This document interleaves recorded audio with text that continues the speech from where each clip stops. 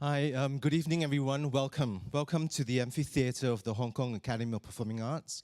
My name is Loki Hong. I'm the head of theatre at the West Kowloon Cultural District. Tonight is a very special evening because this concludes the first year of our scenography program titled What is Stage?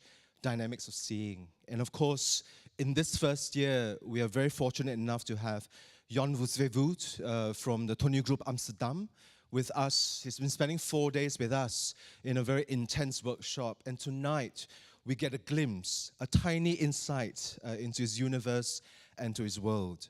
But before I begin, there are a couple of housekeeping rules. I also want to welcome the online audience with us at Facebook, West Kowloon Facebook and YouTube channel. So welcome if you're online somewhere around the world. We welcome you to join about 2 hours with us for this seminar. And there's also simultaneous interpretation tonight. Primarily, we will be using English. So those of you who need translation, English is on channel 1. 粵語係第二台，中文是第三台。So without further ado, I'd like to invite Mr. Louis Yu, Executive Director at the West Kowloon Cultural District of Performing Arts, to give us a few words. Louis, please.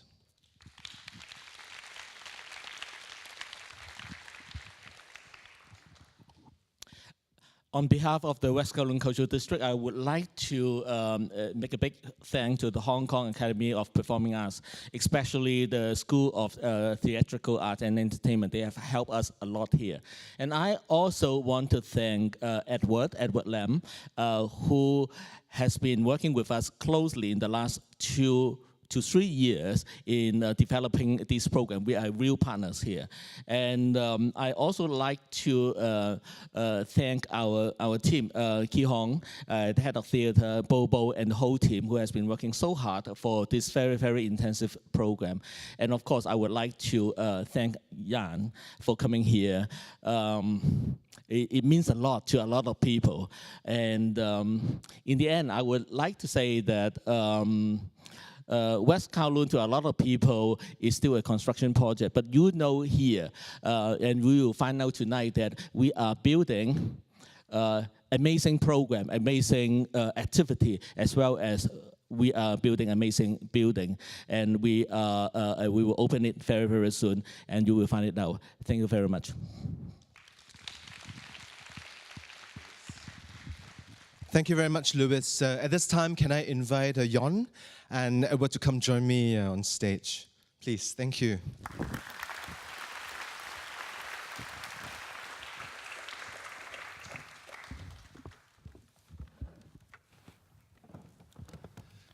Thank you. Our past this time will begin a bit more special, I think, because we've spent 4 days with Yon and with about 25 Hong Kong participants, Hong Kong and mainland China and Taiwan participants in the workshops.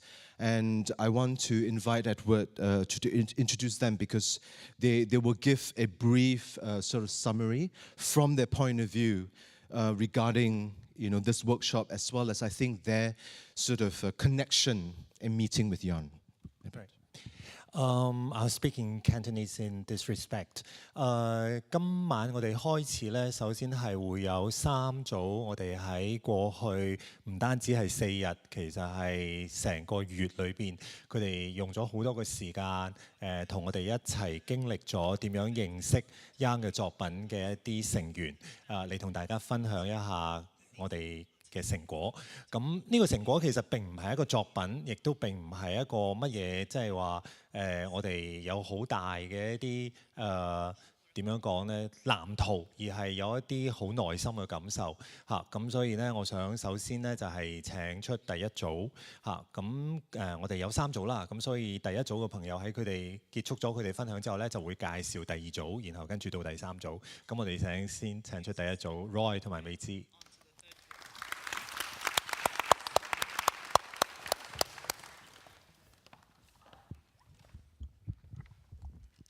多謝 Edward，thank you Ki Hong and Yan。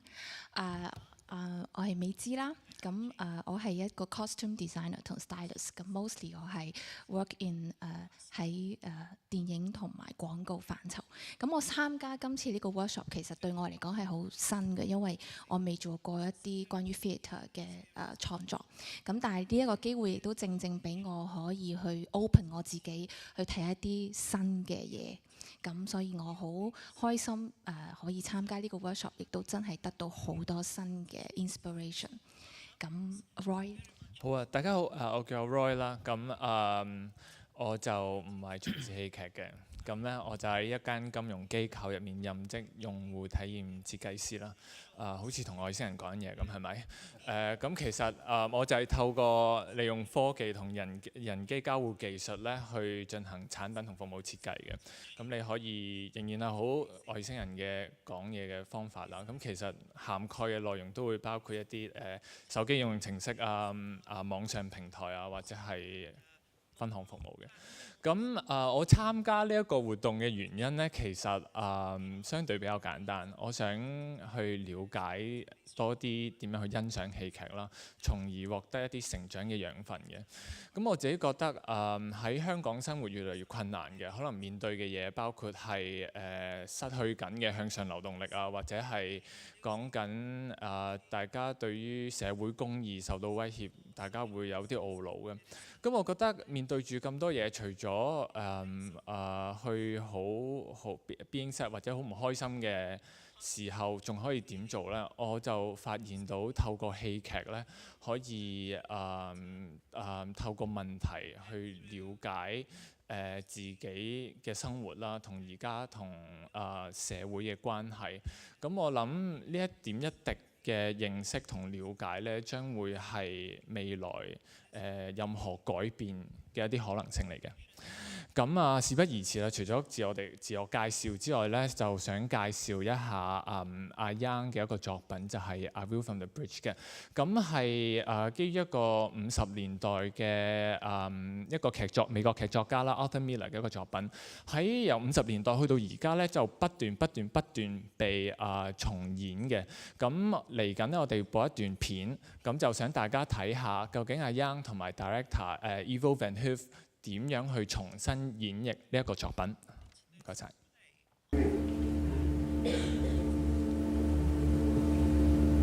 From here. Sure, why not?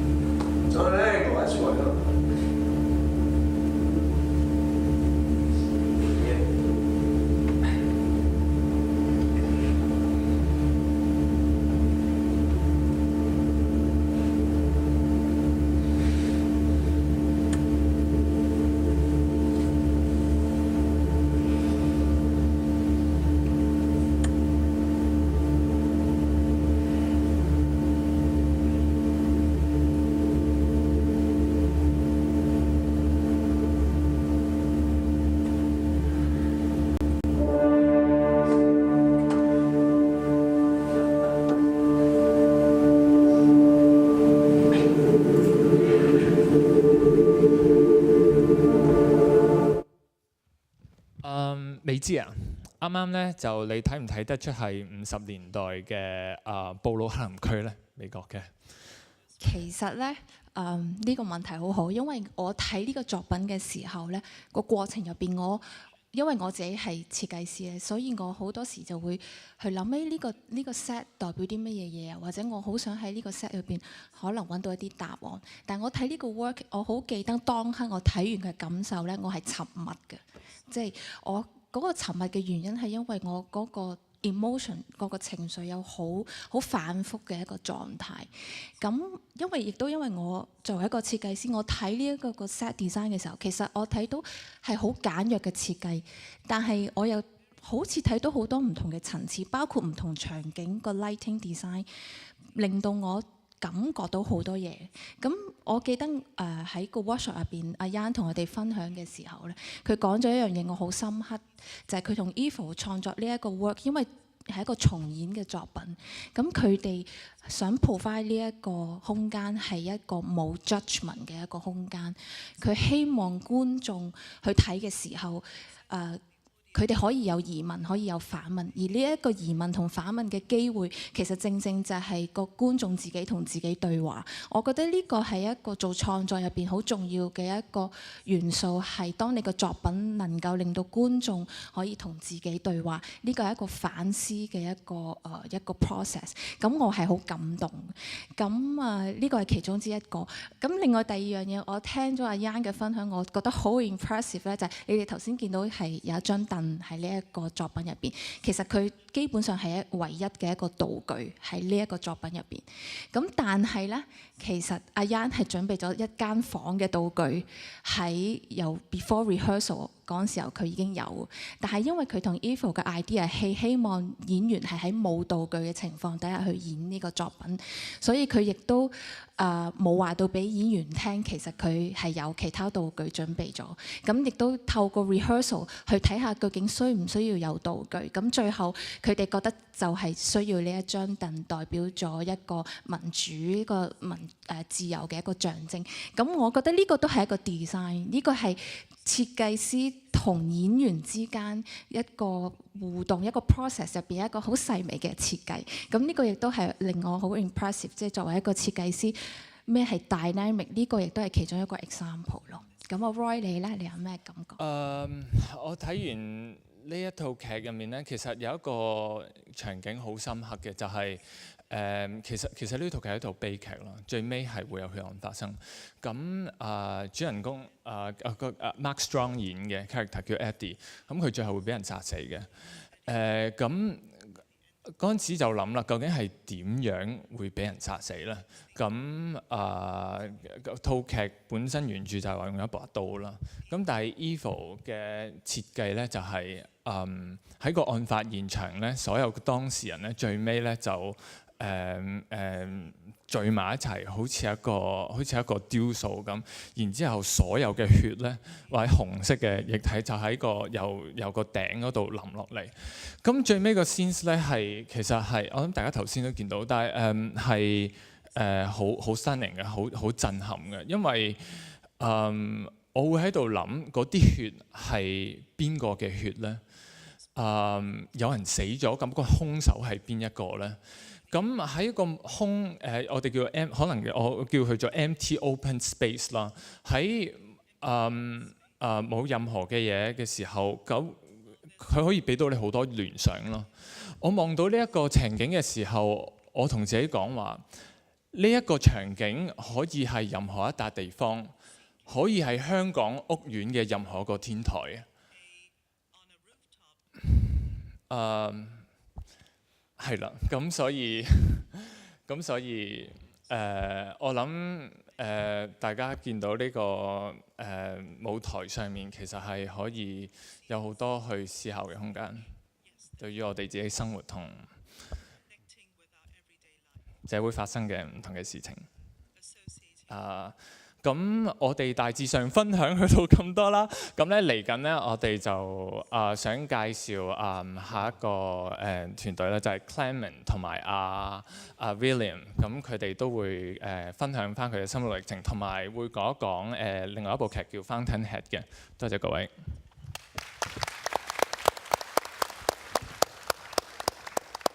好，大家好，大家好。好，咁。好，大家好。咁我叫陳偉欽啦 ，William。咁我本身係從事呢個表演藝術研究同埋藝術評論嘅。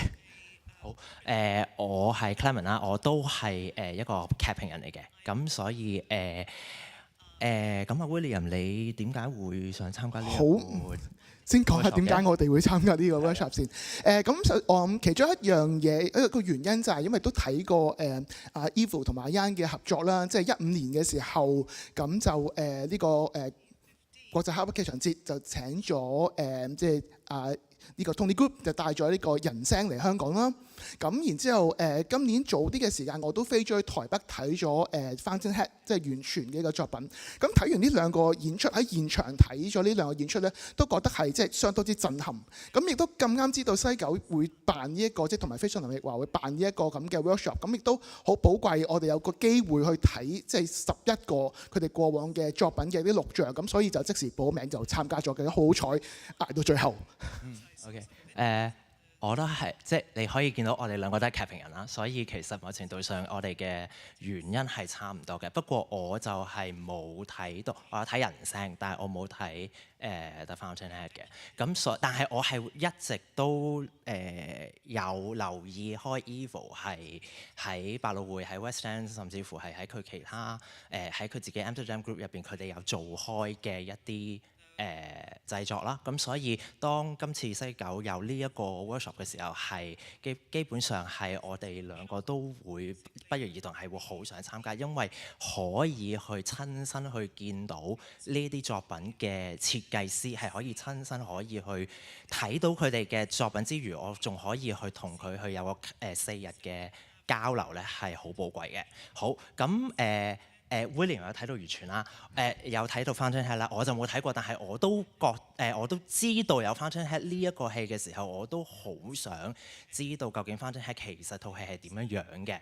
咁好寶貴嘅就係我哋終於可以係阿 William 可以睇到一次，我咧就終於可以係 through 個錄像都可以睇到一個4個半鐘頭嘅一個我自己覺得係一個epic 嘅 production 嚟嘅，咁不如我哋介紹下究竟完全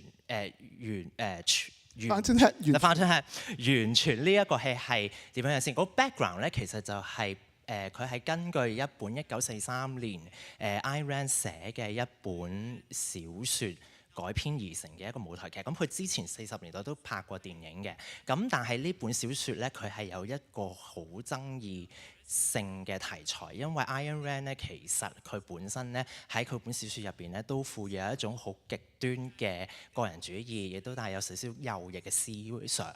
咁佢係好基本上本小説咧都係用小説嘅載體去講佢自己嘅右翼嘅思維嘅一本小説啦。咁所以咧其實當其時呢本小説係出嘅時候係好出名，但係亦都係好富爭議性。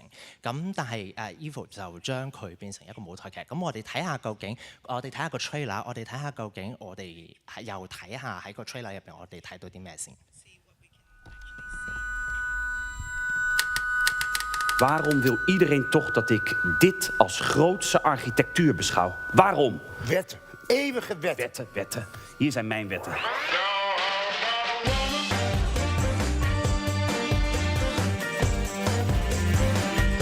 Ja, ons kantoor kan natuurlijk niet zo'n primitief ding leveren. We zullen een paar kleine veranderingen moeten aanbrengen. Smeerlap, bedelaar, mislukking. Jij in je eentje tegen het hele land. Jij in je eentje tegen alle anderen. Maar mij maak jij niet bang. Daar staat het dan. Het Enright-huis. Het gebouw is een hoon aan alle gebouwen van de stad en aan alle mannen die ooit bouwden. Wat is er verkeerd aan om sympathiek gevonden te worden? Waarom is dat een misdaad? Laat me 1 trilling van angst voelen en ik haal de trekker over. Een paar minuten geleden nog een tandenborstel in mijn hand, nu een pistool. Ik vergeef je. You know that I love you. Hoe lang moet dit nog duren? And what love endure. Tot je niet langer bang bent. Hè? I'm so completely yours. De tijd van het geld is voorbij. Ons kapitalistisch stelsel loopt ten einde. Howard Rourke is een arrogante egoïst die tot elke prijs zijn eigen inzichten wilde doordrijven. Een bouwer die een vernieler werd. De eerste plicht van de mens is zichzelf te zijn. Geen mens leeft voor een ander mens.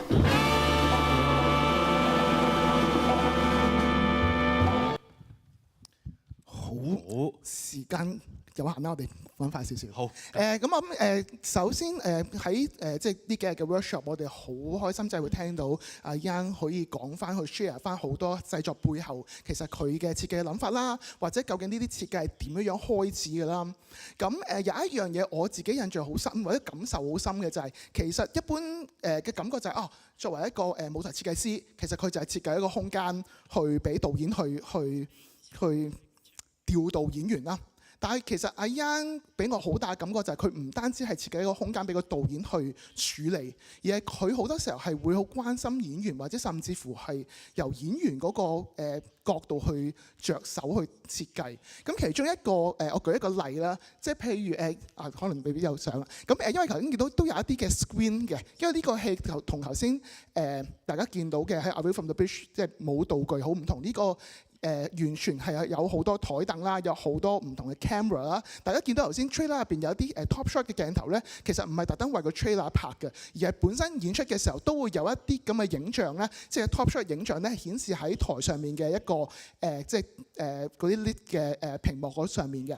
咁我想講嘅就係咧，個戲裏邊咧，其中有3場係 love scene， 即係 sex scene 嘅床上戲。咁阿 Yan 就諗咗一個方法，點樣去令到演員可以好安心咁去處理個 sex scene。因為喺 workshop 度佢都講過，即係佢同唔同電影劇場唔同電影，電影你可以清場。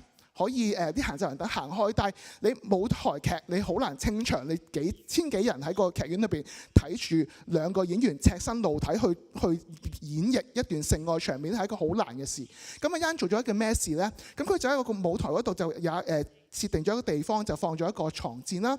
然之後咧喺嗰3段嘅sex scene 嘅時候咧，其實基本上都係暗燈進行嘅，一個好 low density， 一個好低光度嘅舞台。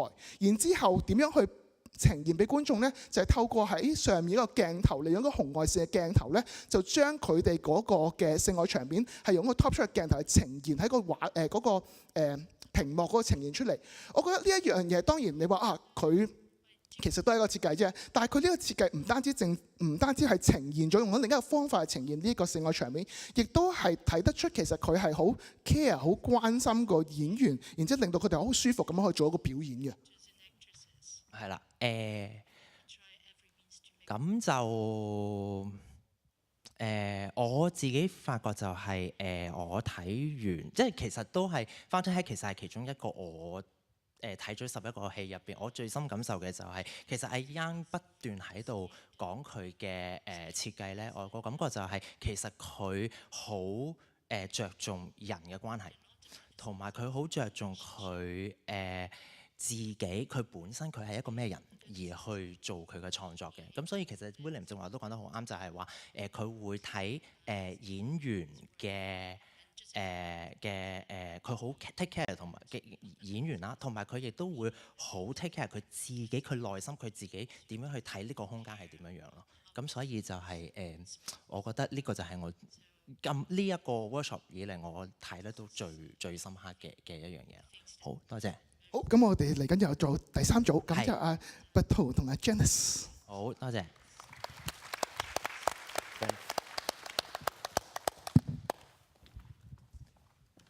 Hello， 大家好啊。係，你哋好。我係 Butto，咁劇場編劇嘅導演。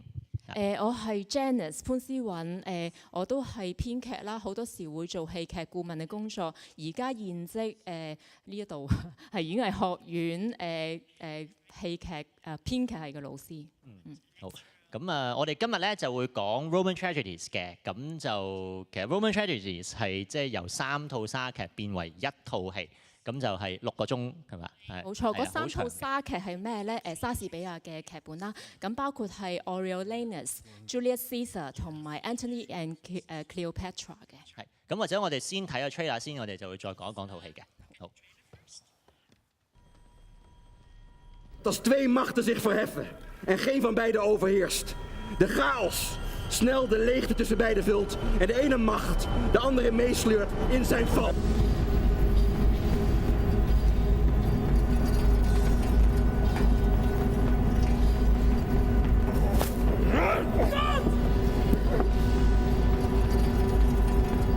Niet omdat ik minder van Caesar hield. maar omdat ik meer van Rome hield. Ik ben hier om te vertellen wat ik weet.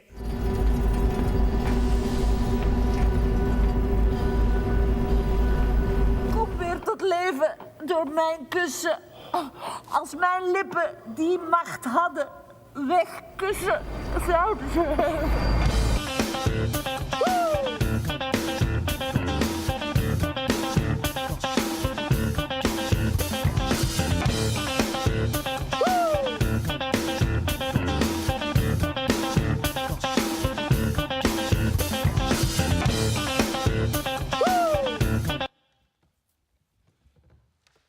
好，咁咧，首先簡單介紹下頭先睇咗呢一部戲啦，《Roman Tragedies》佢講乜嘢嘅咧？佢主題主要係講緊群眾同埋政治性嘅關係嘅。咁喺個 Young 嘅設計裏邊，佢係用咗好多唔同嘅方法去講呢兩樣嘅關係。咁喺呢一度咧，我講幾個重點啦。其中一個重點就係咧，頭先大家喺片段裏邊都睇到嘅咧，就係佢用咗開放嘅空間嘅。係咩意思咧？就係咧，觀眾咧喺成個演出嘅裏邊成4個幾鐘嘅，好似係自由進出嘅。進出邊度啊？係演區同埋觀眾席。佢嘅演區係完全開放啦，觀眾係可以坐喺演區嘅，應該係大部分嘅位置都可以坐嘅，除咗有某一個演區佢係劃咗話俾觀眾知你係唔可以坐喺嗰一忽之外咧，其他所有嘅地方你都可以坐嘅。仲有就係咧喺演出期間咧，觀眾係可以咧去隔離嘅小賣部咧係買熱狗啦，或者係飲咖啡嘅。咁咧呢個咧係對我嚟講咧係一個好有趣，亦都係一個好開創性嘅思考，點樣去睇群眾同埋政治性。咁可能一陣間我哋會再講多少少嘅。另一點咧就係咧佢喺個舞台設計上面咧，佢用咗好多嘅電視屏幕，而呢啲屏幕上面咧佢係投影咗喺現場嘅發生緊嘅事嘅，係直接嘅直播嚟嘅。咁除咗喺現場喺嗰個場景裏邊有好多嘅電視屏幕之外咧，喺個場景嘅上面上空嘅前方咧，佢有另一個大嘅屏幕嘅。嗰個大嘅屏幕咧，亦都係做緊直播，不過咧嗰個鏡頭嘅運用咧係有啲唔同嘅，佢會有一啲嘅唔同嘅 framing 啦，令到咧觀眾咧睇嘅視點咧係有少少唔一樣嘅。第4點最尾想講嘅咧就係佢點樣去呈現死亡，因為咧喺呢3個嘅劇本裏邊咧，佢都有即係講到Coriolanus 啦、Julius Caesar 同埋最後 Antony 都係會面對死亡，仲有其他嘅角色啦。咁咧佢係用咗一個咧我諗如果喺香港嘅 context， 可能我咁樣講會容易啲明白啊。就係好似一個焚化爐，即係嗰個棺木推入去焚化爐嘅一個咁樣嘅軌道，上面係一個 platform 嘅。每一個角色當佢係會死亡或者係被刺殺之後咧，佢就會喺嗰個 platform 上面，然之後咧就會好似我哋講嘅焚化爐一樣咧，就會 slide 咗去舞台嘅後方咧，係表示佢係死亡嘅。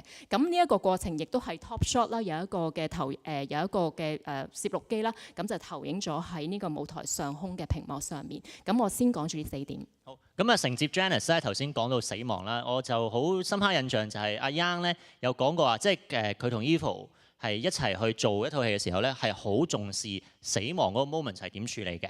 咁佢有講過話，其實處理死亡就唔係要處理一個係 reality of death， 即係大家都知啊，其實佢唔係真係死喺台上啊嘛，而係設計一個 a sense of death， 係一個即係大家有嗰個意識同埋 a sense。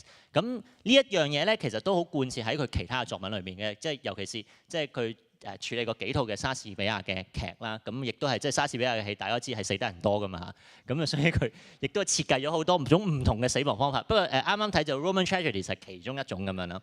咁另外第二樣嘢咧，我覺得好深刻印象就係阿 Young 有講過話，其實佢要設計呢一個嘅空間咧，係一個要設計一個 political forum， 係一個政治論壇。咁頭先所講到即係譬如觀眾可以自由進出。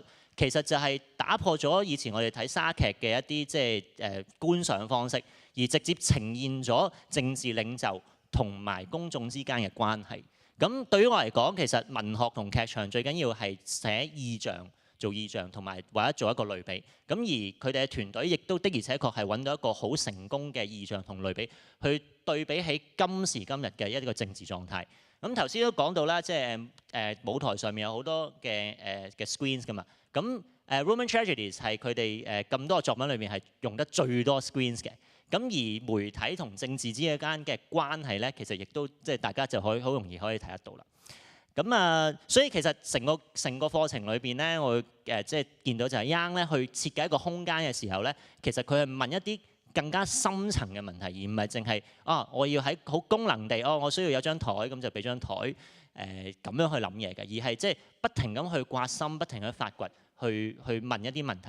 咁而其實譬如 Roman Tragedies 佢哋係籌備咗成3年先至開始去排演呢套戲嘅。咁呢一樣嘢即係都係即係可以見到佢經過咁深思熟慮嘅過程，跟住得出一個咁好嘅作品。咁而好似我哋要講下感受啊。咁其實喺成個 workshop 裏邊咧，其中一樣最深刻就係我覺得阿 Young 係即係好平易近人，而即係雖然佢已經做咗一個好好嘅 artworks， 但係佢係唔會高高在上，而係即係好平等地咁同我哋交流。咁啱啱開始之前都同阿 Janice 有傾過偈，就係即係我覺得阿 Young 係一個好好嘅示範，就係佢嘅作品係會追求卓越嘅同時，佢哋嘅心態係好 humble 嘅，即係好謙卑。我覺得即係作為一個 artist 應該係似乎係要向住呢個方向去行。我都講下，因為即係作為一個編劇啦，點解我要嚟上呢一個 workshop 呢？一個關於設計舞台美學嘅 workshop， 我覺得嗰樣嘢咧，同我寫劇本或者係做任何嘅劇場創作，甚至乎對我生活嗰個重要性都係好大嘅。點解咁講呢？其實舞台設計佢係處理緊嘅就係空間。當我去創作嘅時候，我想像嘅或者我去建構嘅嗰個世界，唔單止係一個平面嘅世界，而係一個立體嘅世界。呢一個嘅空間係出現喺舞台上面，同埋係同觀眾咧係有一個扣連嘅。咁我諗我哋講到呢一度。係，咁我將個咪就交翻俾大會啦。好，唔該晒。好，謝謝。Thank you very much. Thank you. In a while, we will show everyone a series of images. And you know what's interesting is that the 6 participants have actually, in that last half an hour, really pointed to a very important fact about seeing, or the dynamics of seeing. And one thing that maybe many people may not know, Jan is also a photographer. I mean, he's also trained as a photographer. And I think in his number of years of working on many productions, he would spend some time taking photographs.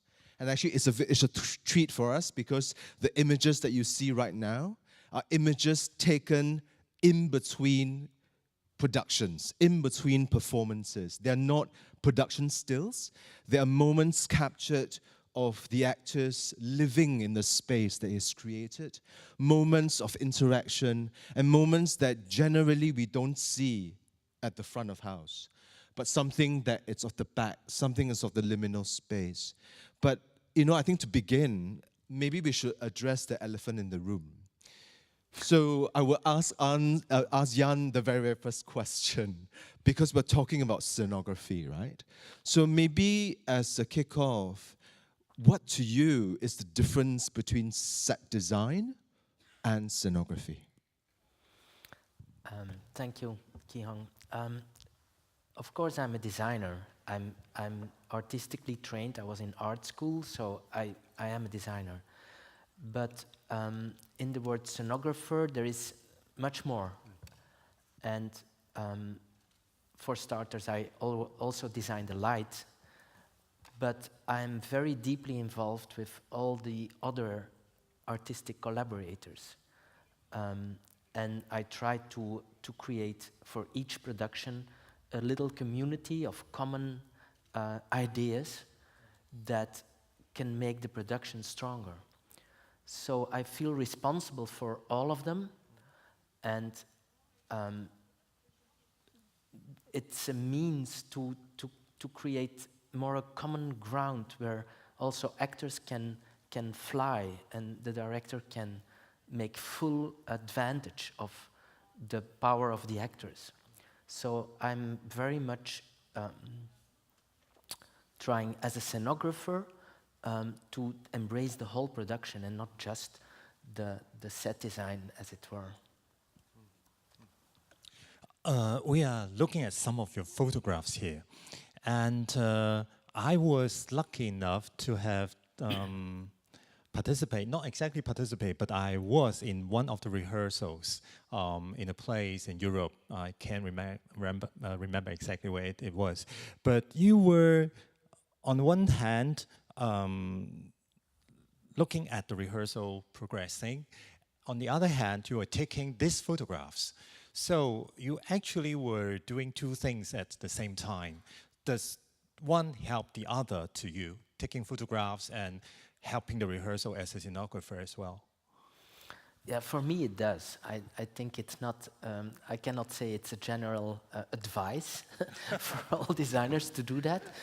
I discovered for me that it does. I'm constantly jumping over the line of being an observer. Most designers would be an observer, I guess, light designers as well. But I also tend to go on the floor and run between the actors and try to be also part of that world. And I do that maybe crossing that line maybe 20, 50 times a day. It keeps me awake as a designer as well. So I'm through the eyes of the photographer, I can criticize the work of the light designer, or I can criticize the work of the set designer. And it helps me to be a better scenographer.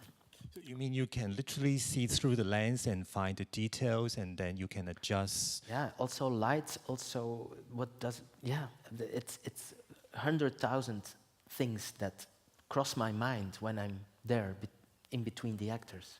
Right. Let's talk about seeing things, because we all have some sort of philosophy behind the way we see. As far as I'm concerned, you do have some mechanisms about how to create a work or seeing things so that you can create a work. Can you tell us a little bit about this mechanism? Yeah, so especially for this workshop, I've been thinking about reorganizing a lecture that I once did, and reflecting on my own work, I think it can be broken down to 4 mechanisms. And the first of it is my fascination with the human body in a space. When I started working with Ivo back in the early 80s, we were even still in school, in the academy, and Ivo was studying direction. In Antwerp? In another, yeah, he was studying in Brussels, but that doesn't really matter. But we didn't have any money at all. And still we wanted to create something which later people would say this is theater. We didn't know that at first, but at a certain moment text was involved, and then we thought, okay, yeah, this is theater, let's not fool. But so you didn't pick up Shakespeare, Ibsen? No, we didn't dare. We were very much at that moment like kicking a bit against the established theater in Antwerp, and we didn't want to get mixed up and do Shakespeare. We wouldn't even know how to do it, I guess. But what we did was we went to abandoned warehouses in Antwerp. Antwerp was a big harbor, but there was a lot of abandoned industrial sites, and with some people from the actor school in Antwerp and some other people of the academy from all different disciplines, sculptures, costume designers, jewel designers, we thought, okay, let's stick together and do something that's maybe can make a difference. So the circumstances were very, very extremely bare. It was mostly in winter, I don't know why, but it was very cold. We didn't have water, we didn't care about it, as long as we could create with other people and actors a story or a narrative or an emotion, whatever. And what was striking for me at that time is the fragility of a human body, an actor in a space, and the tension that can be between that human body and the space surrounding it. And I started questioning, okay, how does this work? What can I do maybe to make it better for that actor or that human body to express the meaning of what that person wants to say. So I started to think about the role of mediator between the space and the actor. And that's why I'm still totally fascinated, maybe obsessed even, by the relation human body and space. Has it anything to do with the sizes of this abandoned warehouse? Because they are huge, and a lot of times they are empty, so empty that you can feel it is almost like danger. It's very... It was dangerous, actually, yeah. There were cobblestones, and we wanted the actors to play on very high heels and things like that, for starters. So there was a physical challenge, a physical engagement that we wanted from them. And I think in all these years that we make theater now, we never lost that fascination and never lost well, Ivo still is, I think, a director that demands from an actor a physical engagement as well as an intellectual engagement, but the physicality of it is very important. If I can call this danger, kind of coming from the harshness of survivals, or also the cruelty as well. Where do they literally come from, apart from this abandoned warehouse? Does it come from some sort of a past experience or living in a place like Antwerp? Or? Oh, well, Antwerp at that time was, well, it's a part of Belgium. It's a tiny little country. It's even smaller, I think, than Taiwan, in the middle of Europe. And at that moment, Europe and especially Belgium was in a deep crisis, financially, economically. There was no money. There were abandoned, people abandoned the center of the city. So in the city, more and more houses were abandoned by people. So it was kind of a bit like a desert-like feeling. And it was in the middle of punk, and there was a lot of anger as well, and maybe for some reason, we thought it was good to sort of translate that and to show that in the work that we make, to kind of celebrate it instead of beating each other up in the streets, you know. It's kind of interesting also to hear you talk about the fragility and also the extremes that Ivo and you demand of the actors, you know, because this also correlates with a lot of what the participants were saying earlier, that I think a surprise for them, it's also discovered that you as a scenographer really takes care of the actors. And I think it's not just about a psychological care, it is a physical, spatial care. Because I remember when Edward and we were in Taipei for Fountainhead, and then we were lucky enough to do an on-stage sort of tour led by Edith, the production director. And one thing she said really stuck with me for a while was that she said that you must always make sure that the backstage or the space where the actors sort of kind of relax is just as important as the space that they will have to play and perform. You know, this, and of course this came up quite a lot in all the different productions that we went through with you. And for me, that it's kind of a really considered sort of effort on your part. To sort of think about that, you know, because I'm really kind of curious. So, what is it about these sort of other non-performance spaces to you? Why are you also just as obsessed about them as the on stage? Yeah, well, we've been talking now about how bad the actors were suffering the circumstances when we went in these warehouses in the beginning of the 80s. But okay, that's a physical inconvenience, maybe, and we were young and it didn't matter that much. But more, I think, and we were also at that time very much inspired by Antonin Artaud, the French philosopher, theater maker. they give a lot of themselves in a performance. They have to open their soul. I know what it is now. I'm sitting here for all these people trying to make sense and to give something of myself. How hard that is. I mean, it's and they have to do it every night. And I respect that deeply. I think I have a deep respect for actors, and Ivo as well. Apart from that, starting in these open spaces where there were no walls or there were no compartments, there was no backstage or on stage, I kept that in my work later on. I think, okay, an actor maybe is not on stage for a while, but then I need to create an environment backstage that makes a fluency between being on stage and backstage. There shouldn't be a surprise suddenly for the actor and too much of a difference.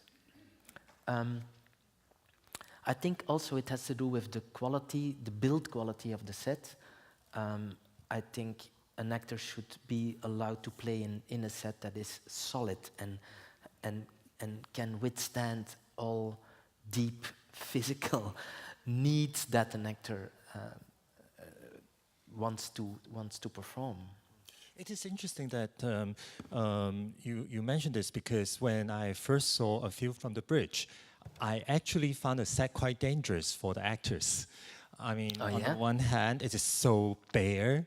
I have worked with actors like telling me, oh, you have to give me furniture, you have to give me props, otherwise I cannot really, utilize myself, let myself be seen. But according to what we have seen from A View from the Bridge, did any actor disagree with you with the design? Kind of don't even let them to have shoes on? That's a very good question. Yeah, well,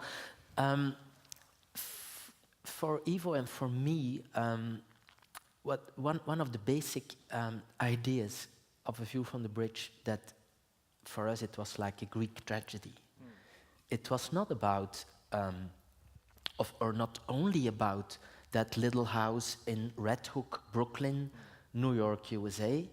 It was universal, it was everywhere. And when I have that feeling, I tend to go back to the Greek theater. I'm sure in Chinese theater tradition, you must also have some kind of roots and origins where you can really go back to when you have these questions. And the Greek theater is not about props, it's not about furniture, it's not about stuffing the set with nice objects. Realities. Realities. It's about performing, it's about creating a platform for an actor to be able to share and to open his or her soul, and to share that text or that narrative that is in the play.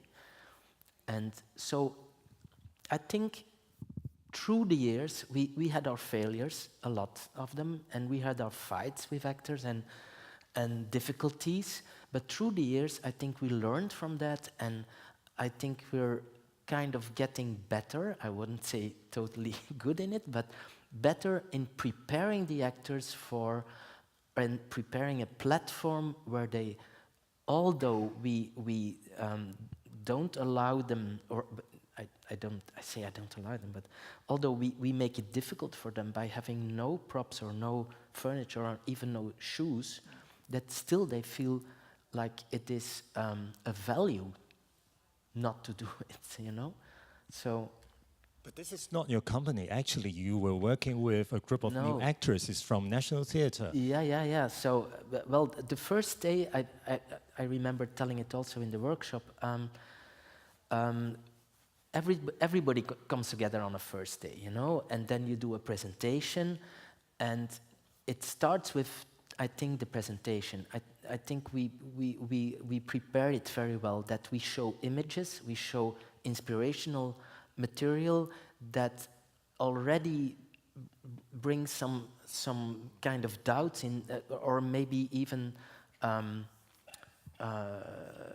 prepares the actor in order to be open for yet another vision than the traditional, in this case, English theater tradition. But still they went pale when we said white, when they heard that there were no props. And then we said, let's see, let's try, you know. We see how far we come, and we can always change, you know. And they were prepared to do that. And well, this is where we came with them, and I think they were very happy playing it in the end. Lots of actors would feel safe, according to your word, because you mentioned the word safe quite a bit during the workshops. You want them to feel safe, but new ideas could be quite dangerous. And according to most of the repertoires that we have come across of your work or Evel's work, it is always there. It is definitely some kind of attraction to people like us as well. Let's go back to A View from the Bridge. Before we saw your version, there was a Broadway version. So they are kind of like, you know, so they use the same script, but the approach was so different. And so you never have any complaints from actors about, you know, the ideas were a bit too demanding and too outrage? Not really, no. In terms of design? Well, you use the word create a safe environment, but it's not only about physical safety, of course. Of course, it's very important, but it's about an emotional safety. So what we tend to do, we're always there for them. I as a designer, I know I'm in a luxurious situation to be mostly in all of the rehearsals, but I mean by an emotional safety or security is that we're always there to answer whatever doubt or question they have. How often do you attend rehearsals? 90% of the time. I'm ashamed because I know that Hong Kong designers, like economically, they just have to work on much more production. So I'm spoiled. Sorry, guys. Really. Maybe let's go on. That's why I became a photographer, to at least have another excuse to be in the space. Hong, this is very important because this takes us to one very important word in our lives: reality. So the kind of reality that you are constructing or you are creating, we call it the new reality, because you mentioned the word emotional reality. So there are so many different kinds of reality to you. Can you say something about what is new reality? What is reality to you? Well, I think in a set design, for instance, you saw some images of the Fountainhead, which we just played in Taipei. Creating a new reality for me is the most important of all my principles that I have as a designer. It's all about that. And creating a new reality means that I use inspirational sources from the world I live in, the things I see on the street, in movies. It's a very wide amalgamated mosaic. Is that true? No, and I try to bring that together, but it's never a copy of reality. It's bringing together elements that exist in reality, but taken out of the context can become a new reality and have a new meaning, so that it can be the canvas from which we can start telling the story of the play that we want to. Can you take the Fountainhead for an example to tell us what is the new reality part in it, or suggest? Like without any photographs of it? Do we have some photographs of the Fountainhead? It's coming up. Yeah, he's here. Okay. Well, this is a photograph of the model. Well, okay. I need to. This is a prize for me. I'm doing another workshop again. It seems like that. So, for instance, this wooden floor, for me it was a basic element that I found in a building of Donald Judd in New York. And for me the wooden floor had an enormous Zen quality and wouldn't be, in the first place, be associated with an industry or an idea factory. We wanted to create an idea factory with the fountainhead. That was the main idea about the set. But I needed a counter material to kind of also create Zen, how do you call that? A certain sanctuary of ideas, not only dynamism. These tables, they were existing already at Toneelgroep Amsterdam. I designed them myself for yet another production, but I changed them by making them higher. These walls, for instance, are just, well, not really walls because they don't touch the floor, but still they create the binding of all the elements together. Then we have other rooms here where people of our technical crew, they are partly visible. Sometimes they come on stage, but they can work here in order to provide all the drawings, everything the actors need. Actors can go there as well, so you can look inside. Partly, it's another workshop. What was I explaining to Ki Hong, that the set never stops where it visually stops. So that's an example of that. The ceiling is the same. It's not an existing ceiling because it would drain inside. It's open. It's an open structure, but still it creates a peaceful room that is contained in itself. It's very hard. You totally overwhelmed me by this question. So maybe at this time, it'd be good to move into the second mechanics, because I think with Fountainhead, obviously with the little trailer that we saw, and you were talking about the new realities of pulling in a lot of inspiration materials that's from daily life into almost an amalgamation, you know, if you will. So what is the second mechanics that you sort of hold on to? I'm not sure if I just swapped them up. Yeah. Yeah. I think it's chaos. I think it's chaos. Yeah. Yes. Is it chaos? Yes. The second one. Okay. Good. Because you said you love chaos. Yeah. This is a very strange thing to say. I don't know if I love it. I think it's necessary. This is even stranger. Yeah. But if it happens, I mostly embrace it.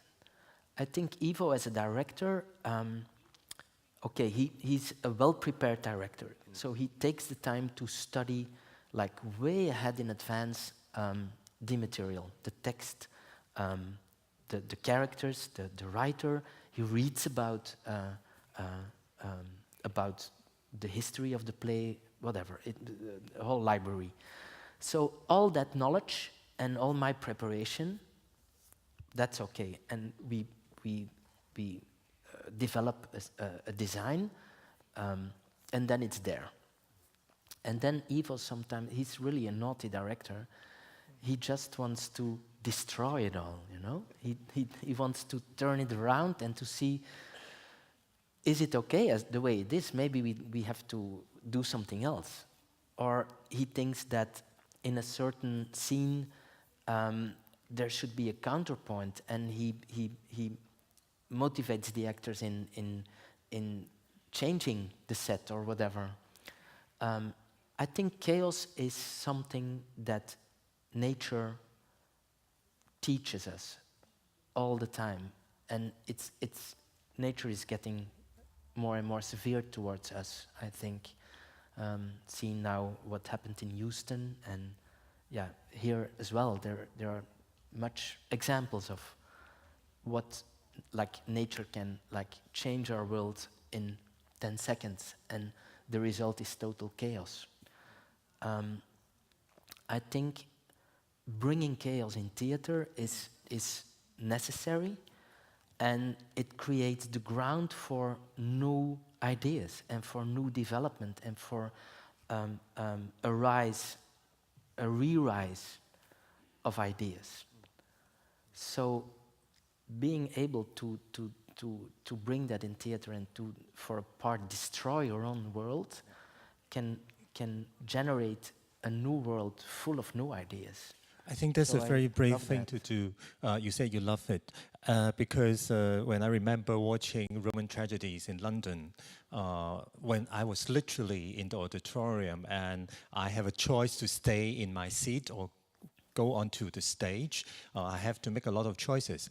And could you tell a bit about how did you come to the idea of creating the design of Roman tragedies, which is a piece of 6 hours long, and then audience are encouraged to go onto the stage to buy things, to sit there, and the actors are actually... Well, I think the participants did a fantastic job in already for a big part explaining that. I can maybe add some little thing that for us, the Roman tragedies, we wanted to bring them as a political case study. And in order to do that, we thought, okay, we should choose the form of a political conference in which the people who want to make part of that conference are able to move around, because a conference, it goes on and on and on and on, so it has no pause, it has no, it goes on. People speak, there are case studies, and then we said, okay, let's open up the theater, let's keep the doors open, people can walk in, walk out. Okay, we need to make them feel at home, so they need nourishment, so they need to eat, they need to drink, and I think what was also an important thing is to shake up a little bit the traditional relation between actors and public, and to shake up a little bit the traditional way a theater is divided in, this is the actor zone and this is the public zone, especially for Roman tragedies. It doesn't make any sense to do that all the time. I mean, but in this case, I think it was a very appropriate choice to just make it possible that people could walk everywhere. And public is very respectful to that, I must say. In all that time that we played now Roman tragedies, maybe there were a few little minor incidents, but nothing really bad or something. You know what's also interesting, that as you talk about chaos, and obviously, you know, as you mentioned, that it brings, or it sort of brings a critical moment that something else emerges. But obviously, it's not just chaos for chaos' sake.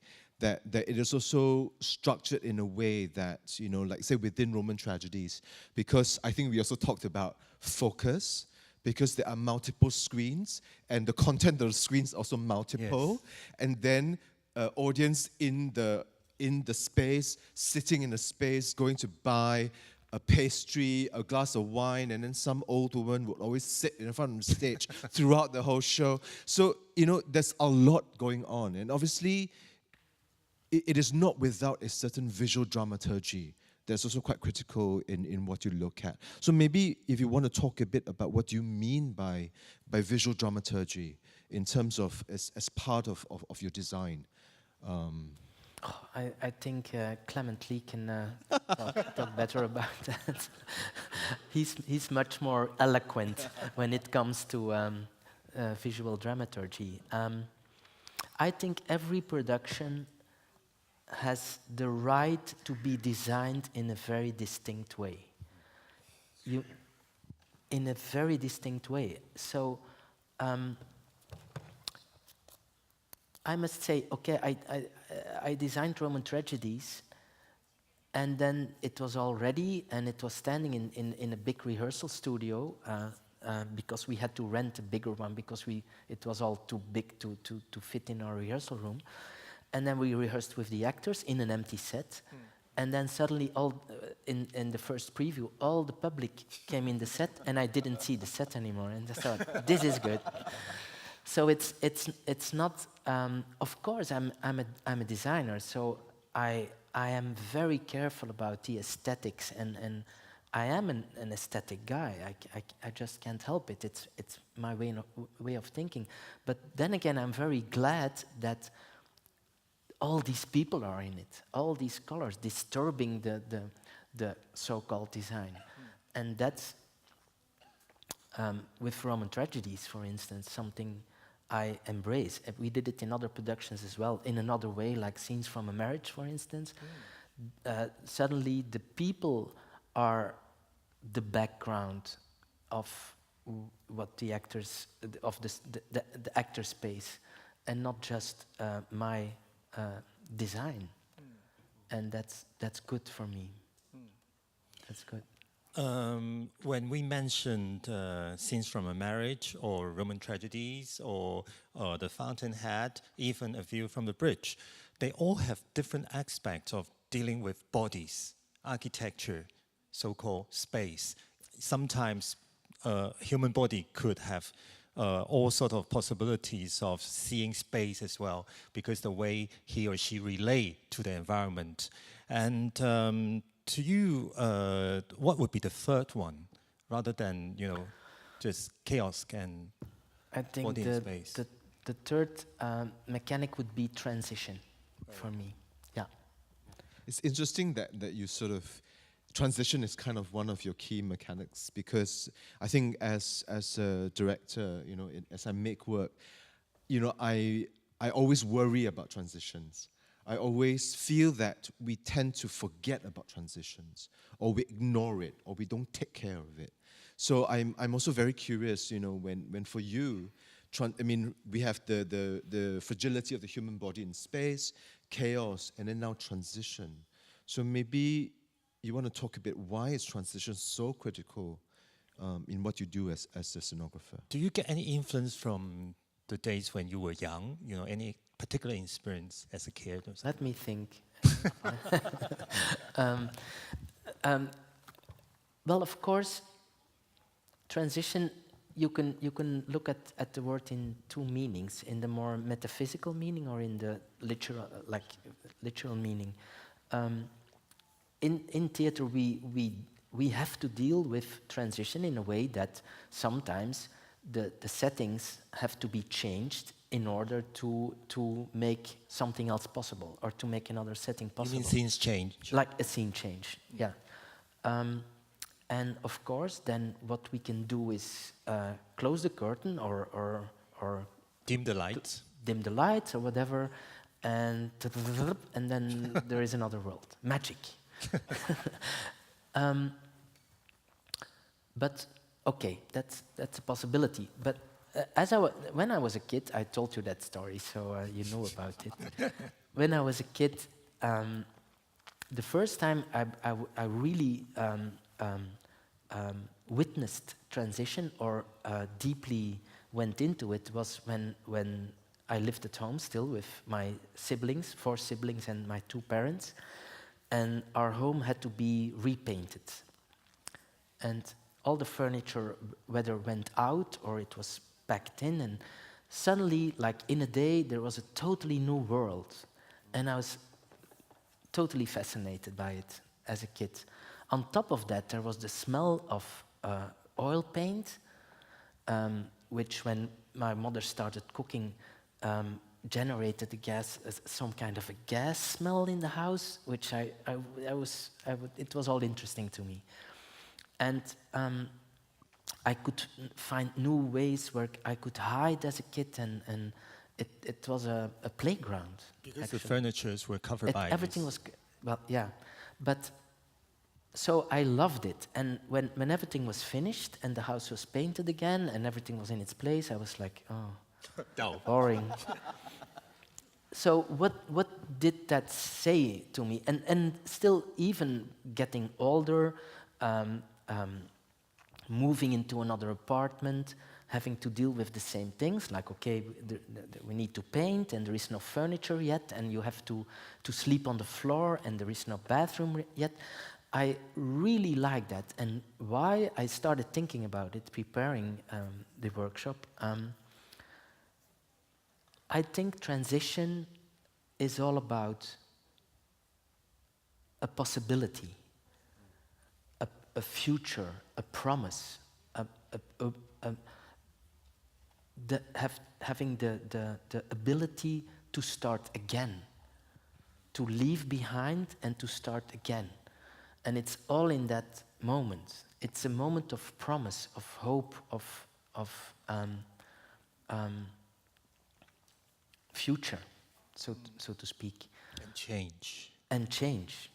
And well, my perfect theater performance would be a performance that continuously changes, moves into something else, merges into something else. And so embracing that principle, because I love transition, it doesn't make it less hard, as you say, Ki-hong. For all theater makers, transitions are hard because it interrupts the actor's play, while I think it shouldn't, but it mostly does. So you have to be very creative in order to make the transitions the best part of the play. And it's possible. We don't always succeed in that, but I think at least we give it a try, and we instead of closing the curtain, we want to keep it open, and we want to share also that with the public and give it a certain extra layer of meaning and elegance, maybe, when it yeah. I would like to ask you to give an example again. Actually, this time will be Roman tragedies, because there is no pause, but there were scene change. There were numerous transitions in the piece, and that was marvelous. The idea of design. Can you share with us of the transitions in? Yeah, well, there were no real intermissions, only short moments where one of the actors took a microphone and said, "Okay, this is the end of part this and this and this. We are now going in a small scene change, which will take 2 minutes and 35 seconds, starting now. And the next thing we will see is Cleopatra meeting Antonius, and there will be a war, and she will die in about 50 minutes. So you can yes. And then technical guys, whether they were like in a suit with a tie, and with the help of actors, would change the set in the next setting. And it gave the audience just a little bit of breath to whether go to have a quick pee or to get a snack or to change places or whatever, or to just like, oof, what did I see and what am I gonna see, maybe. So there's also another sort of scene change that we talked about. For me personally, it's such a powerful one because it sort of almost approximates what you talked about, that the ideal theater production is a constant sort of transition. So in Cries and Whispers, when Agnes dies or is dying, there was a 40-minute scene change. And you talked about, because the participants also mentioned earlier of the particularity of how you deal with death or dying in the theatre. That of course is not. You design deaths a lot. That's what I was saying, right? That for him, Jan is like the king of designing deaths. Because it's so particular and so specific as well and beautiful. So maybe you can talk a little bit about In Cries and Whispers, which was based on Ingmar Bergman's sort of film. Well, Agnes is an artist, and she's suffering mortal disease, and she's her sisters came back to the house where she lives in order to be there for her last days. It's not nice sisters, but that doesn't really matter now. And she suffers really a violent death and she feels it coming, so she wants to create her last piece of art, which is a big painting on the floor, and she gives everything there, and then she dies. The house was, or the set was constructed in, it had two spaces. Her workshop, where she also was ill, so her sick bed, everything is there. And in the back you see the living room with a kitchen and, yeah, maybe, yeah, okay. And so she dies, and we thought, okay, now this is the pivoting moment. She goes out of the story also, so it's then about the sisters witnessing her death. So we had to find a way in order to bring the back stage in the front and the front stage in the back, which means actually in visually that her workshop is emptied and being used for another purpose. Life back to normal. Life back to normal, and also like erasing her existence, so to speak. And during that scene change, what we did was what was an old use in Europe when a person dies. My grandparents, for instance, they died at home. It was still very custom that they died at home. And then my mother, for instance, and her sisters and the sister-in-laws would wash and take care of the dying parent, which is in fact, still when I think about it, so caring and so loving, instead of having that done by people that the person never knew. And so we wanted to combine that very emotional or that very beautiful, caring gesture of washing the person who died with the kind of ugly mechanism that people would empty the house and movers would get in and like clean up the mess, so to speak, and bring in other furniture, and okay, life goes on and blah blah blah. So that was this transition of 14 minutes. It's amazing that 40 minutes to not only me, but I think a lot of the participants are not 40 minutes. It runs longer and shorter. So it becomes some sort of a dynamics. So it doesn't have one meaning. It's not scene change. It's a time for us to reflect. So we didn't just see what happened on the screen or on the stage, but we see a reflection, a mirror, and that mirror doesn't really exist. One thing interesting about your work is there are a lot of paradoxes or kind of complex feelings that I don't know whether what I'm seeing does really exist, or is it just a reflection? Is it just because I am me, that's why I have that feeling towards what I'm seeing? You know, a lot of directors or a lot of audiences don't like this kind of feelings because that would make them feel too personal or too being pewed or revealed it. But you are so good at it. Thanks, Edward. But don't you have to do that to yourself first?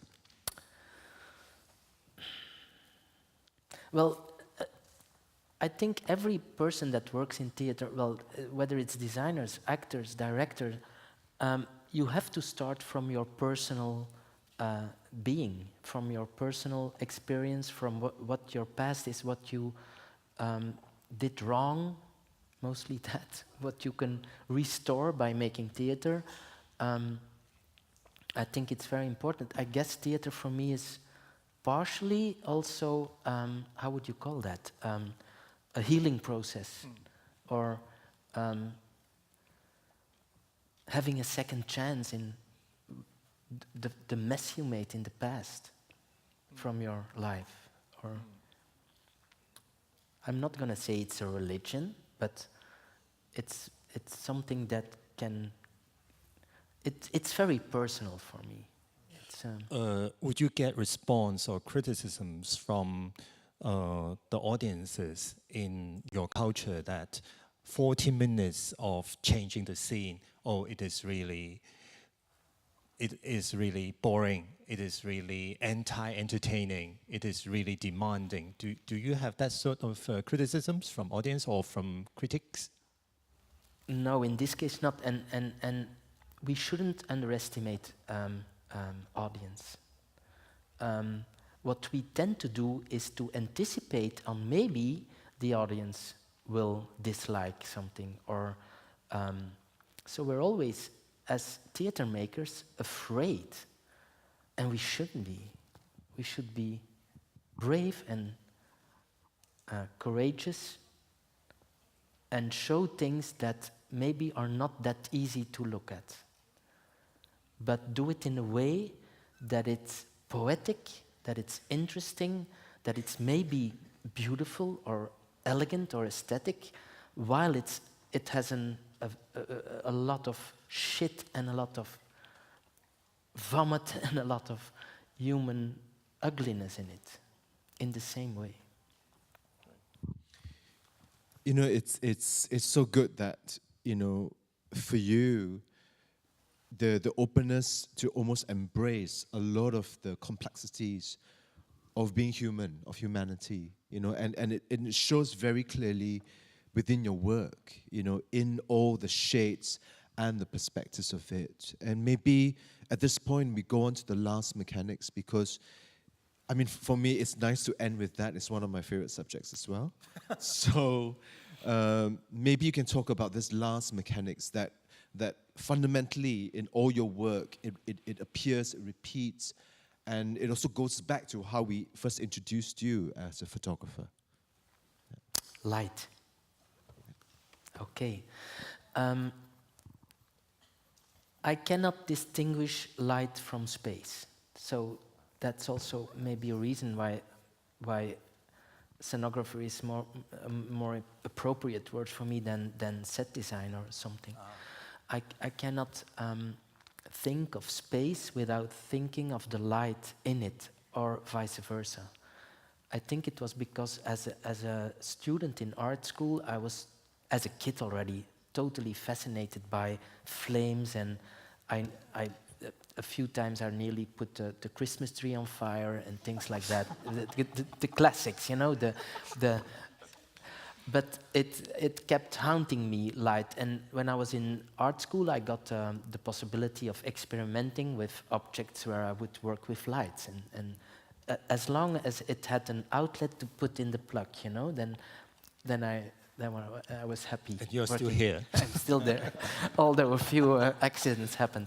But apart from that, light, photography, space is something, well, and especially light and space, that I cannot take apart. We talked a lot about, in the workshop, about creating a safe environment for an actor. And safe, not in the literal meaning, but mostly more in the emotional, in the emotional, or in the. Wow, I'm so bad with intellectual words. I must say I cannot find safe in all kinds of meaning, and think of light, for instance, as being a blanket that you can give an actor. And then I think, as a light designer, you start thinking differently, right? I have the name of using lights that are aggressive to actors, I must say, but they realize, or they start to know, that it's also a blanket for them. It creates their environment, and it's very private, and it's for them. Apart from light is space, and I think more than 50% of the space is defined by the light. So take out the light and the space is gone. But light in your piece, they are not just illumination. Although I'm I think illumination sometimes would be a better word for a light designer than okay, let's make a dramatic light design here. I think sometimes light designers are overplaying their cards and should retract and hold back a little bit and yeah, that okay. I hope nobody's angry now from light designers in the. But what's also interesting for me is that, you know, as you were describing how for you light and space, there is no difference, you know, and also how, you know, you use light to sort of embrace the actor or the human body in the space. And in many ways for me, light for me is also about time. Yeah. You know, we talked about transitions, we talked about the human body, you know, of course, in its most functional and physical way, it sculpts the body. And in a lot of the images that we've been seeing the last hour, we see a lot of that. So, you know, I'm also kind of curious, you know, for you, because in your brain, you are both dealing with the space that the actors and the director will exist. And of course, without the actors and without the director, there is no meaning. But at the same time, you're also dealing with illumination as you talk about it. So for you, light is light, you know, a marker or a consequence of time unfolding in the space? It sure is, absolutely. I think light is so rich. It has so many different sides. You have color temperature, you have intensity, you have direction, you have the time in which it can change from one to another. It's one of the most complex things that we encounter in nature. I think the way we see light, the way light can have an emotional impact. I wouldn't say that light is as powerful as music, for instance. Music is the top, right? I mean, let's not. But light can also have something that can help an actor or can help an audience member to be more open or to enhance a certain aspect of, let's call it the emotional reality of what the actor wants to bring. When I saw the Fountainhead, towards the ending, there was a very long speech by Howard Hawks. And I was so surprised to see you literally take away the lights. So while he was doing the speech, which was a very strong speech of being, could be criticized as so individualistic, or you can also say it's a celebration of being an individual. Gradually, the light on him were taken away, and my breath was also quite taken away as well, because it just gave me a silhouette, it just gave me a shadow. How did you come to this idea of doing so? Well, let me ask you a question. What did you think? Why did the light designer do that? First of all, there's not an answer. That is a question. To me, it is more or less a question mark rather than a provided answer. Normally, towards the ending, the director would give me an answer of the question that he or she might have, set up during the whole piece. But I would say this is definitely something for me to take away, to think. So, have I answered your question? Yeah. Well. Maybe the people in the audience don't know, but that speech that you're talking about, I think it's an 8-minute speech where that kind of extreme character, which is Howard Hawks, explains his ideas, which could be interpreted as extreme right-wing. The play has also been embraced by the Tea Party in the United States, so a very right-wing party. So it's an extreme individualistic speech where he explains his ideas.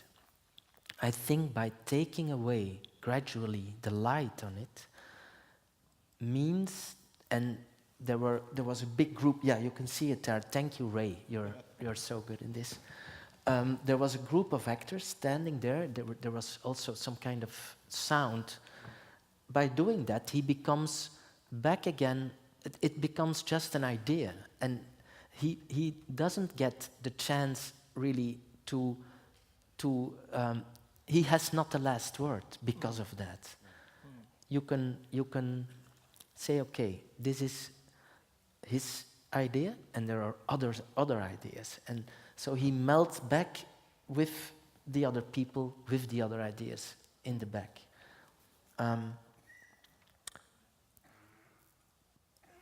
It's about, I think, not judging.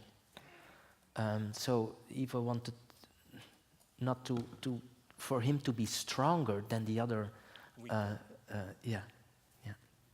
This is so different from what we saw in the film, because in the film, he turns out to be a hero, but in here, he's just a shadow. Yeah, that's exactly what you, yeah. I mean, okay.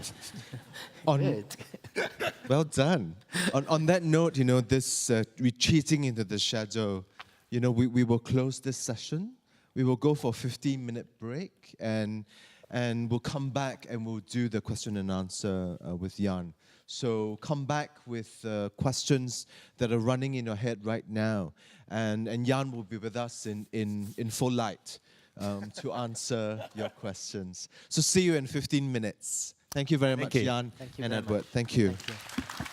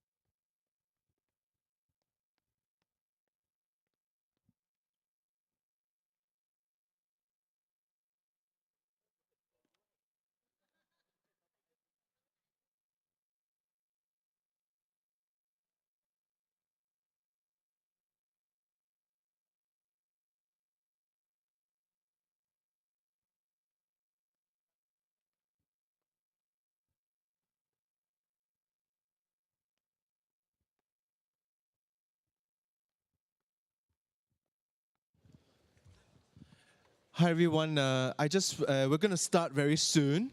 I just want to mention that we have been recording, and of course we've been broadcasting live on YouTube and Facebook. And now in the Q&A session, if in the end you're uncomfortable that your beautiful face appears on camera, you can let our colleagues know outside, and then we will deal with it in the editing later. So let's go into the Q&A with Jan. For this one, about half an hour.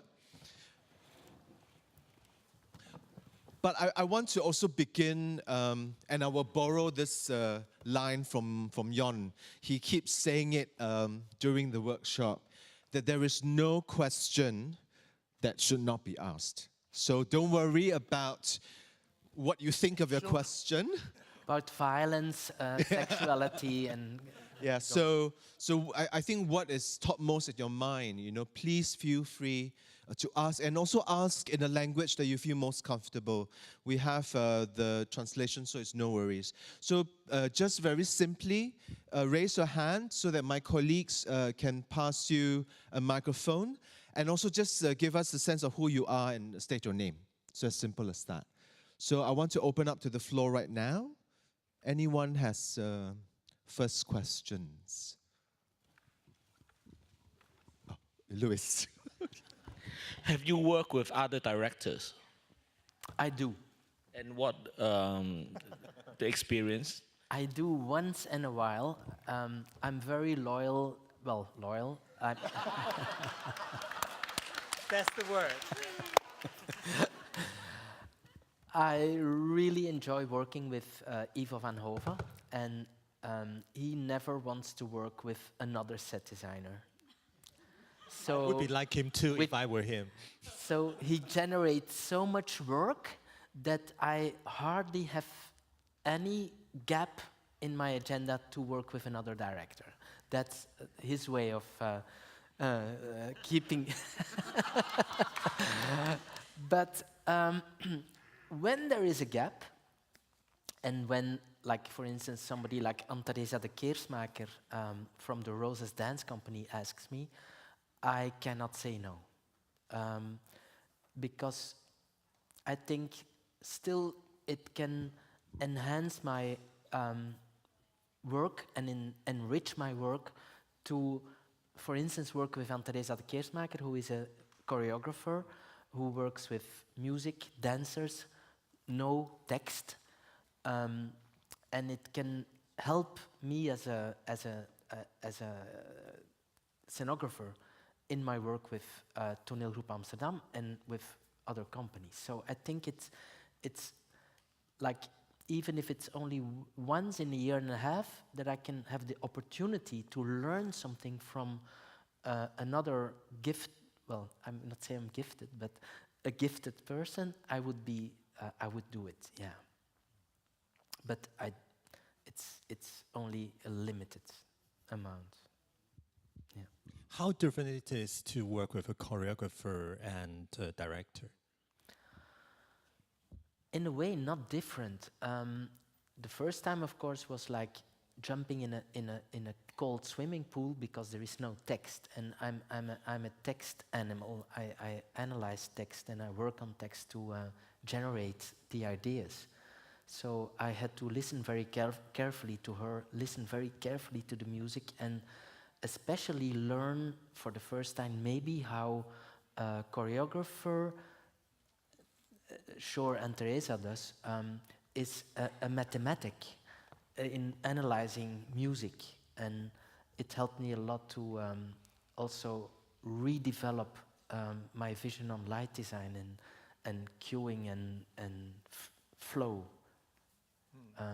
So I think choreographers and directors are both big egos, so I have to deal with that. It's not always easy, but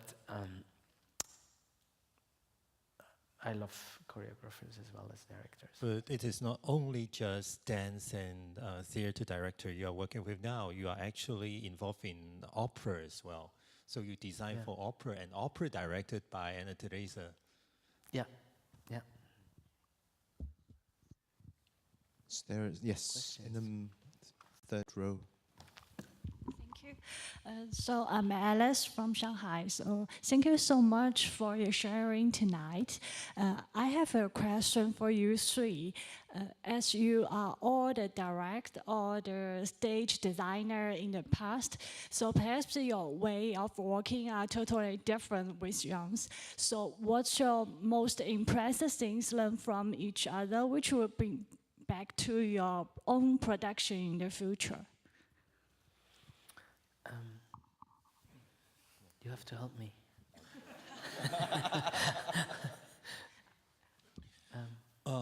In the beginning of 2015, I was directing a piece called 恨家家族, and just 3 weeks prior to, or 2.5 weeks prior to the opening night, my set designer passed away. And I have no other choice but using a bare stage as the stage. And 2 months later, I was in London, and in front of me was a view from the bridge. And I saw Yang the second time, the piece with a bare stage, because the first time I saw was Othello. There were not much on the stage of Othello either. But this time, because I had this experience of using an empty stage myself just 2 months earlier, I saw the piece with a totally different perspective. And I think it spoke to me a lot, because it actually the power of it penetrate into the very much inner side of myself. And that was the time that I began to think, if I could talk to this person, what would I say to him? Then I start to follow his works, and for the last 2 years, I've been seeing 14 to 15 or 16 of his designs, basically everywhere in the world. And yesterday was the last day for our workshop, and at the end, I was saying to the participants and also to myself, this is a road of no return, because after these 4 days, I know a change is due to come. And what change is it? The change would be, I am more of a director to use my head rather than my hand a lot of times.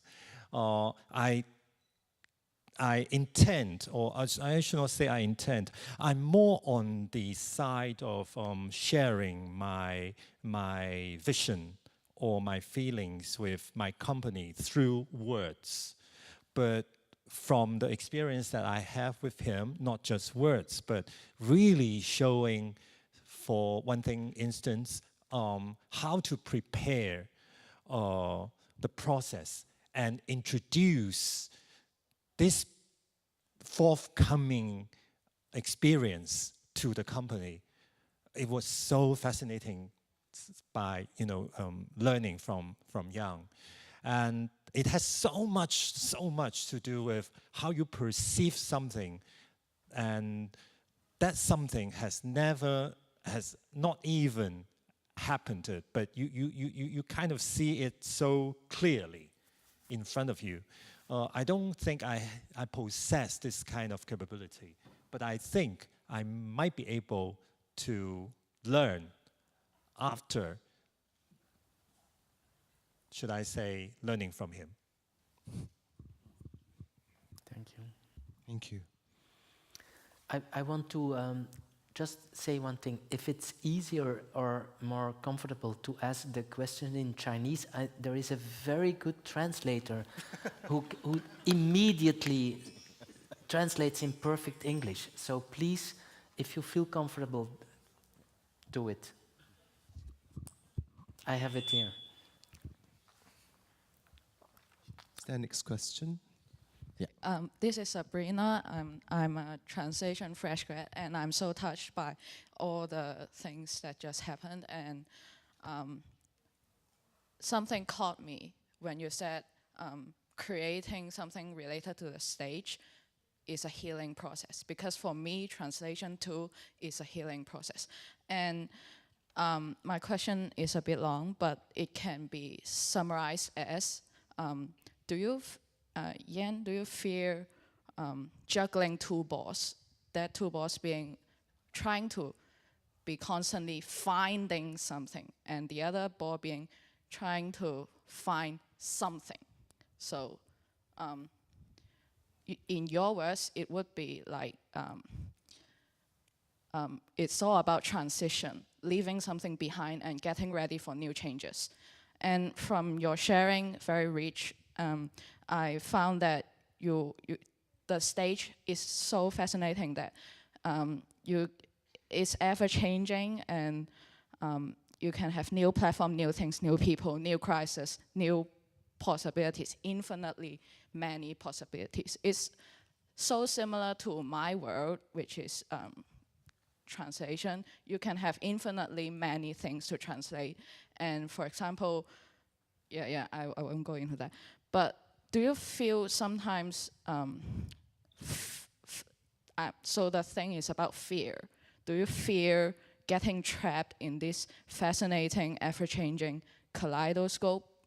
That I'm not talking about whether this kaleidoscope is good or bad or whatever, because for me, it definitely is meaningful. It changes people's life. But do you fear, in your words, it can be like the light that you illuminate, it eventually becomes a healing process. It becomes a blanket that creators cannot let go of. They want to wrap themselves with this blanket so much that they cannot leave. Or so this question actually reflects my own fear, that I kind of get lost in the infinitely many possibilities around. So I'm just trying to see what you think about this kind of struggle that is fascinating. Thank you. Thank you. Wow. I must be very honest and say that I'm afraid what I do in theater is also an addiction, or something that I really need.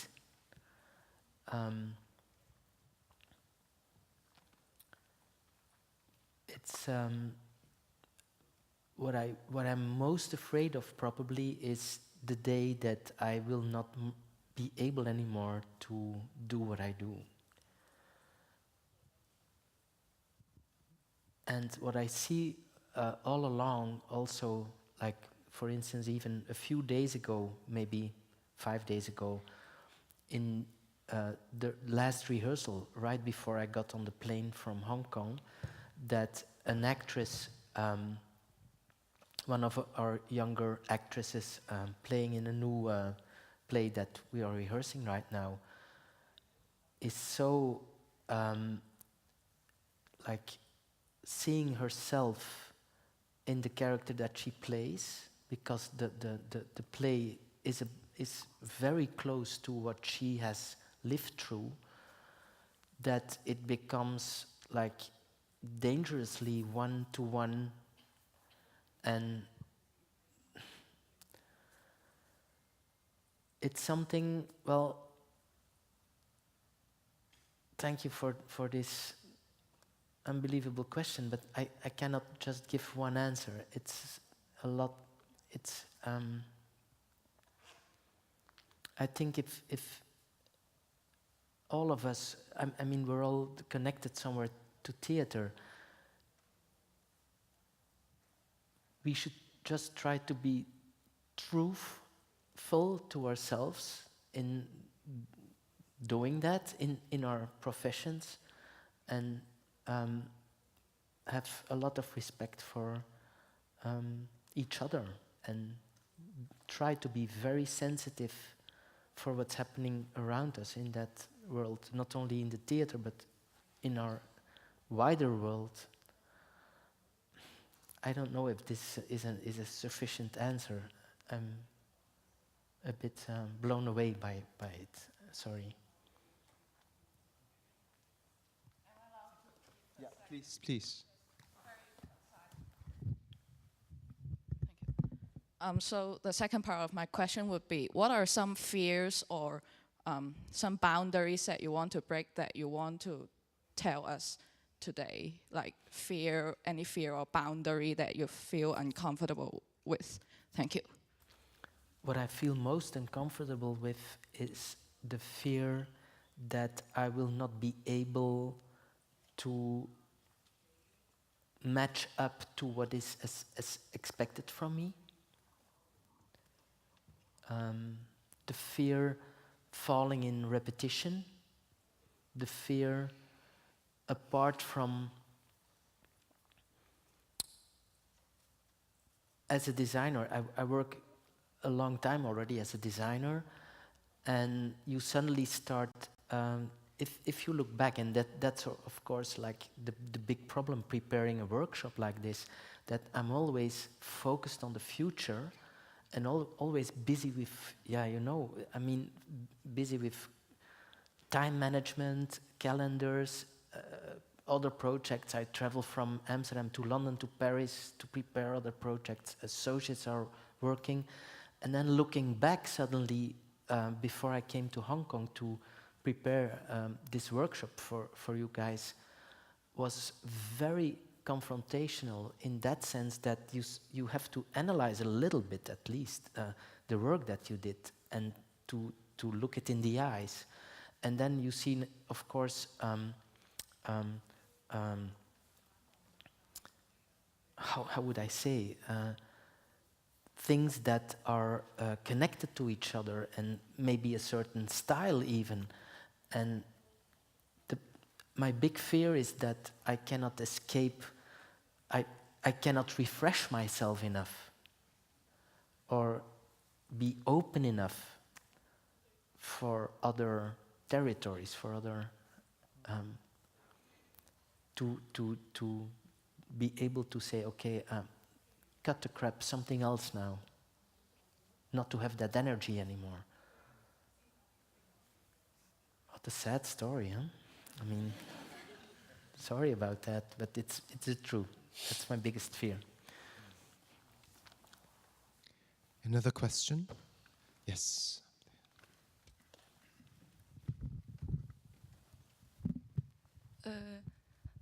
I will use Mandarin to ask a question. Thank you. Thank you. 就是我看了那个 Cries and Whispers， 然后里面有很多例如他的画，还有他死后用 X 光片做的那些多媒video art， 就是他在这个舞台设计空间中，其实有很多包括 video art 还有 painting 这些，就很多跨媒介的创作。就是这些创作都是空间设计中的一部分吗？然后这些作品都是只能是暂时存在在那部戏的那个空间里吗？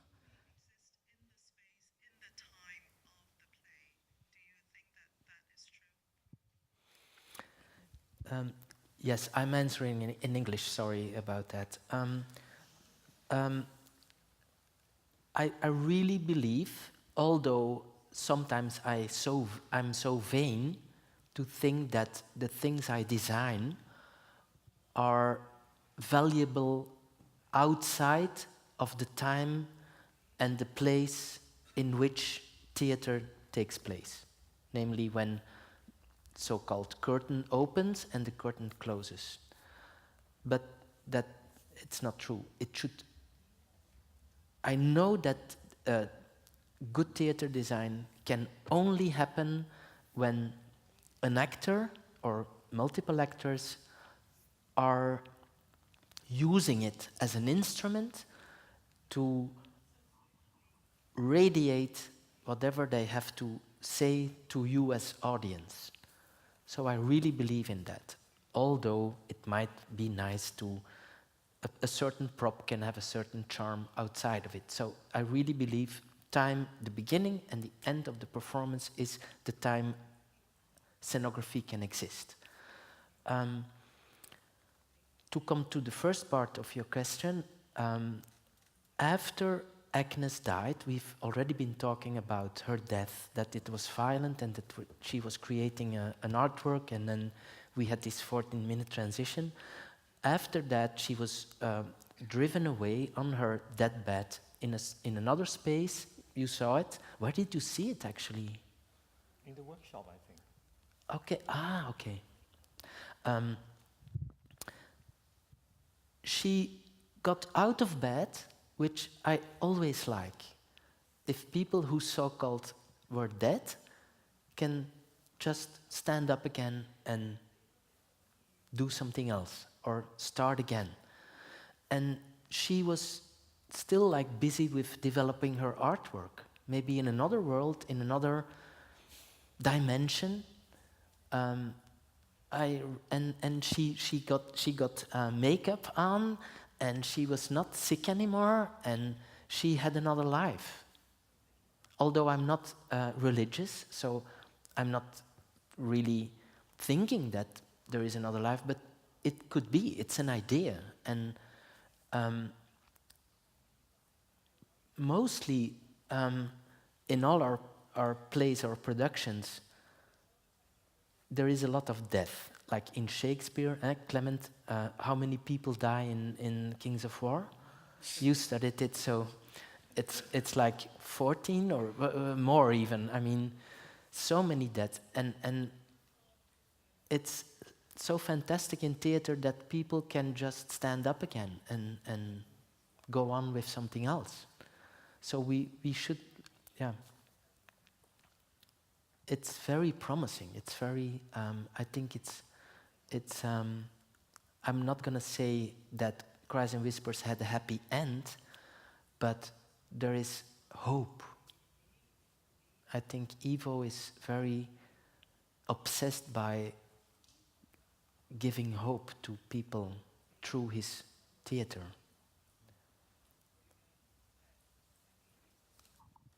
Thank you. Yes. Yes. May I ask, as a stage designer, would you also consider where to put the subtitles? Because we see in Roman tragedy, it's very smart that you put them under the TV screen.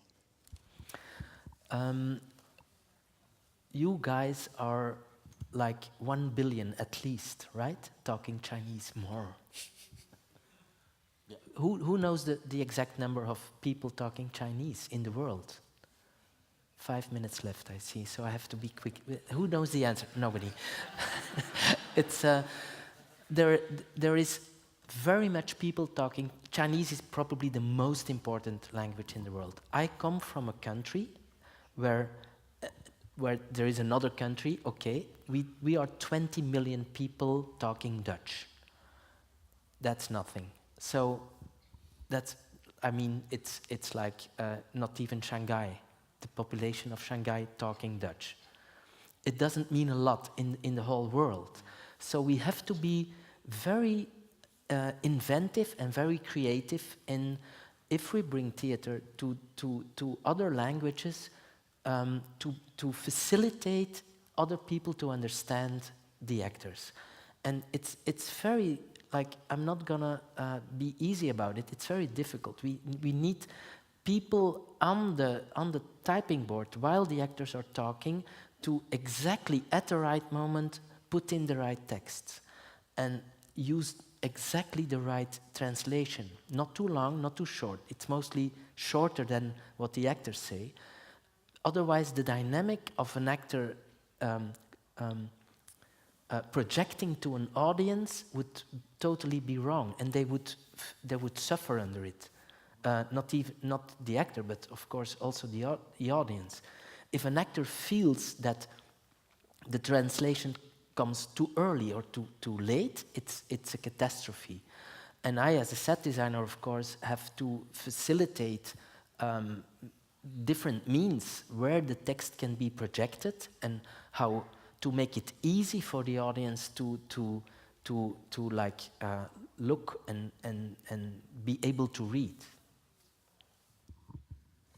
Thank you. Maybe last couple of questions. Here. Yeah. Oh, sorry. Hi, your left-hand side. Hi, I'm a playwright, and I want to ask, what is the word epic means to you? Because I saw all these beautiful images and the production. How is they epic? They're so big and so great. And at the same time, I smell the fear, because if I'm a director or what, I see this. If I'm working with a playwright, can you write something like that and epic, you know? But this question keep in my mind for several days. Then I kind of pick that you say the details of the characters and the trivias are very valuable. So I want to ask a question is, because I don't normally write about kings and the big people like that, what we can write is about many normal people's, their lives. They are normal peoples that not as privileged as us. We can express what we feel. We can express that in our artwork. For example, some people, when they face death, they stoned. They don't know what to express, and they stoned.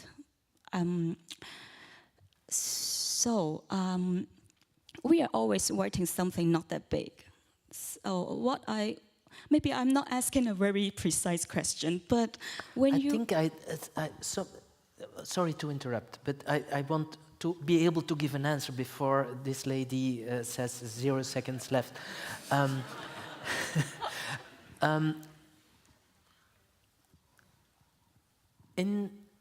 We once did a show called Song from Far Away, and it was written by Simon Stevens, especially for an actor of our company. And it's not about a king, it's not about a queen or a prince or a fairy tale, or it's a very normal guy that probably forgot to live, or at least to acknowledge certain deep human things like taking care of his emotional life and love and family and things. And he forgot about that. And suddenly his brother dies, younger brother. He has to travel back to Amsterdam for the funeral, and he is total, it's the end of his life, actually. He cannot deal with what he has been neglecting and what he has been missing all the time. It's a very normal guy losing his brother, and in the end probably kills himself in our performance. So I don't know if this is an answer to your question, but playwriting is about us here. Okay? No. You love that piece. The way I know you, I think you like it. Maybe just one last question. Yeah, yes. Here, I'm Anya. I have a question. It's about how you think about the relationship between the space and human when you're doing the design, or maybe it is about place making. Is there any method or logic behind it? Yes, thank you. Did you get that? I think what I'm trying to also understand what you're asking. The question is very simple. It's about how you think about the relationship between the space and human. I think I already told a lot about it, but I care about actors a lot.